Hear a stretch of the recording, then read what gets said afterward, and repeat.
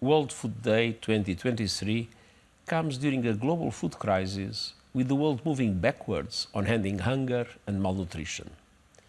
Some 780 million people around the world are going hungry.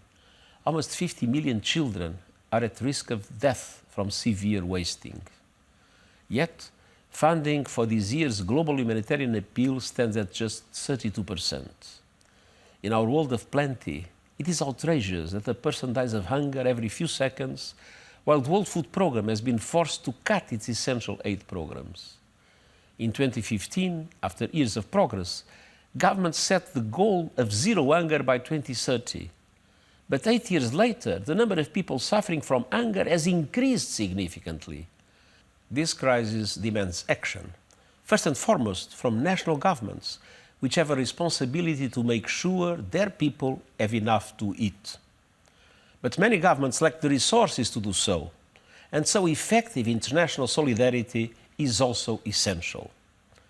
The long-term causes of the global food crisis include conflicts, climate extremes, inequality, and economic instability. The UN system is addressing these root causes through our support for sustainable, equitable food systems that put people over profits. That means massively scaling up investments in resilient agriculture and aligning them with climate action. It means leveraging science and technology to improve the efficiency and reach of food systems. This year's theme for World Food Day focuses on water, a necessity for nutritious and healthy food.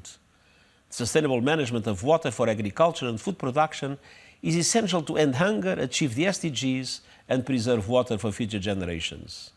Zero hunger is achievable. This World Food Day, I call on governments, the private sector, civil society and academia to work together to prioritize feeding the hungry, to bring ending this crisis to the top of the global agenda, and to invest in long-term solutions that provide everyone with enough to eat.